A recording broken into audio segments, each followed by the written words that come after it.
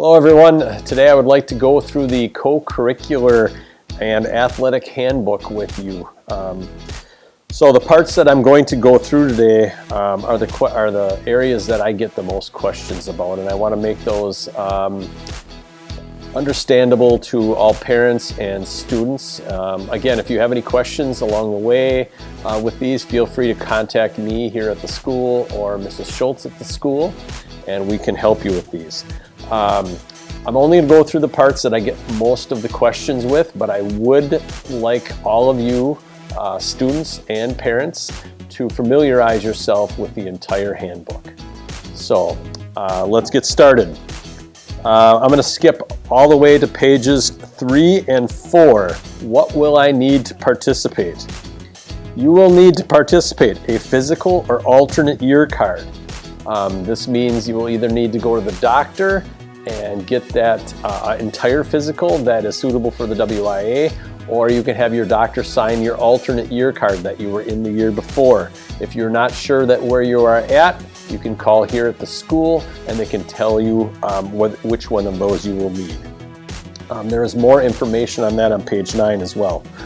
You will need signatures at the back of the handbook. There are places for parents or guardians to sign and places for students to sign. You will need verification that you watched me in this video today. There will be a sheet for you to sign there. And you will need your parents' permission to participate. And also, before any games or competitions or things go on like that, you will also need your impact test done. And those can be done here at the school. They can come in, log you in. You're going to need about 45 minutes to get that done. So make sure that you're in a nice, quiet place and you can get that impact test done. I'll talk more about those later as well. Okay, skipping to page 9 in the handbook. Training and conduct.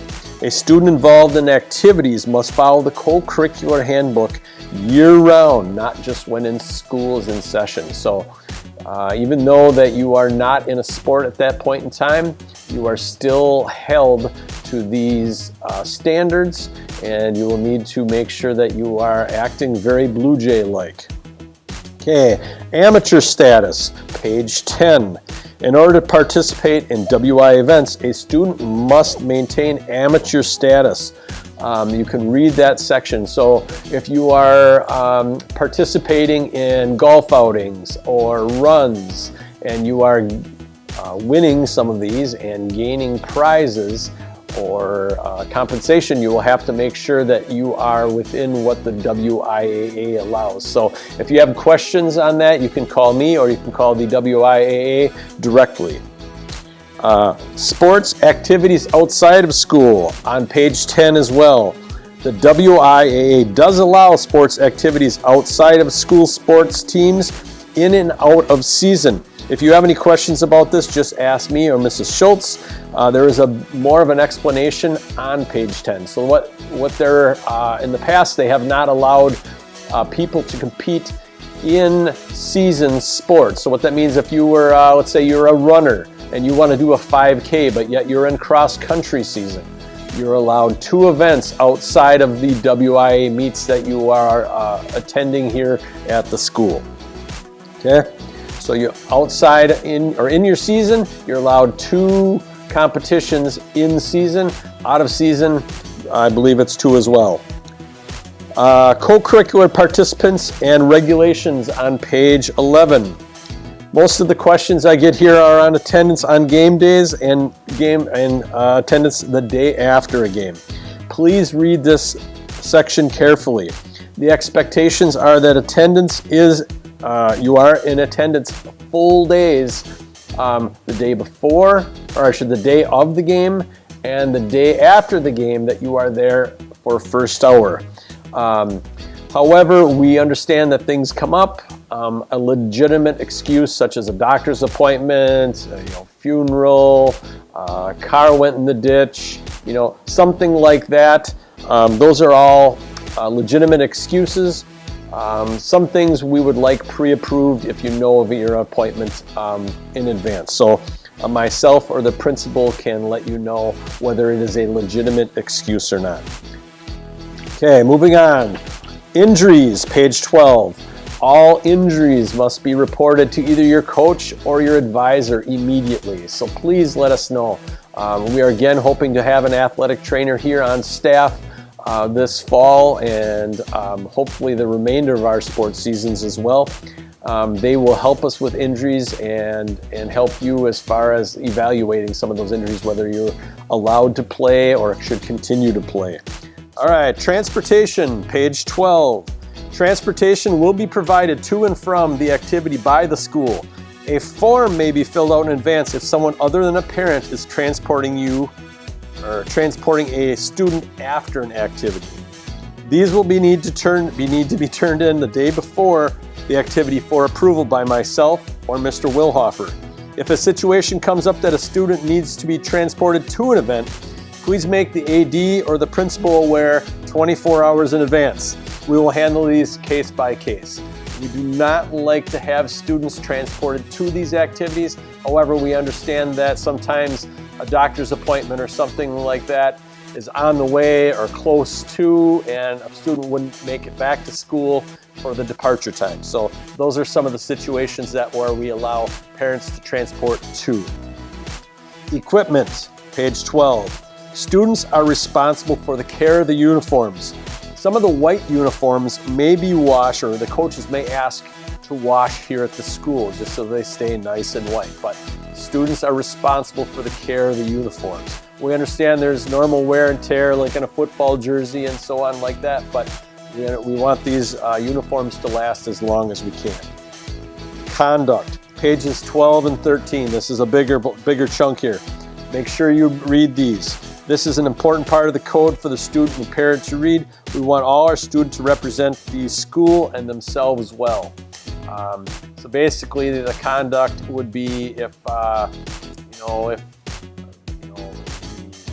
alcohol, tobacco, drug-related, theft. These are the conduct issues that I need to deal with where there may be some violations handed out.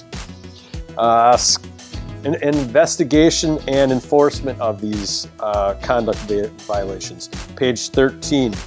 This is an area of the conduct that explains what the school does when it receives an alleged code violation. So if we hear about this or we receive pictures, this is how we go about investigating that stuff. So make sure you familiarize yourself with that. Schedule of consequences on page 13 and 14. This section of the code lists the consequences once a code violation has been deemed proven or to have taken place. The Three Lakes has an honesty clause in the consequence schedules. This is in place for a student who self-admits a code violation has taken place before any other evidence is brought forward to the school or administration. For this student, a one-contest suspension is put into effect, and this may only be used one time during the student's high school career. So if a student realizes that they had made a mistake, they come in the next Monday morning or the next day and they said, hey, I'm sorry, I stole Bobby's shoes, here they are. That's where that honesty clause takes effect, and that person realizes that they have done something wrong. Okay, concussion awareness, pages 14 through 17. This is kind of a hot topic. This is something that I want all parents and students to look over. The WIAA does have a concussion insurance on all their athletes.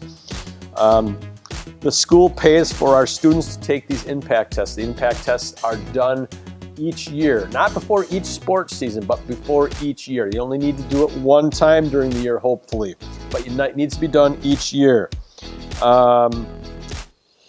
These need to be done before the student can participate in games. We allow them to participate in practices, but until the games situation, we do not let them participate. So make sure that a lot of coaches do it right away, or parents can bring their students into the school and get these taken care of right away in the summer. Make sure that your students you take these seriously. These give us a baseline of where you are at. Okay, there's a series of questions that look at how fast you answered, what type of pattern you answered in them. if you start answering these questions just randomly and carelessly, it doesn't give the athletic trainer or the coaches or the doctor the tools that they need to make a decision on whether you can participate coming back to sports. So make sure you take your time and make these answers as clear as you can and take it seriously. Make sure that you're using the same name always. Don't go from James to Jim, okay? Use the same name, be consistent all 4 years that you're taking these. These give us the baseline for you so that when a concussion, or if a concussion happens, the trainer can look at your impact test. We may ask you to take it again. We can look at the results. It sends up red flags where there are some differences in answers.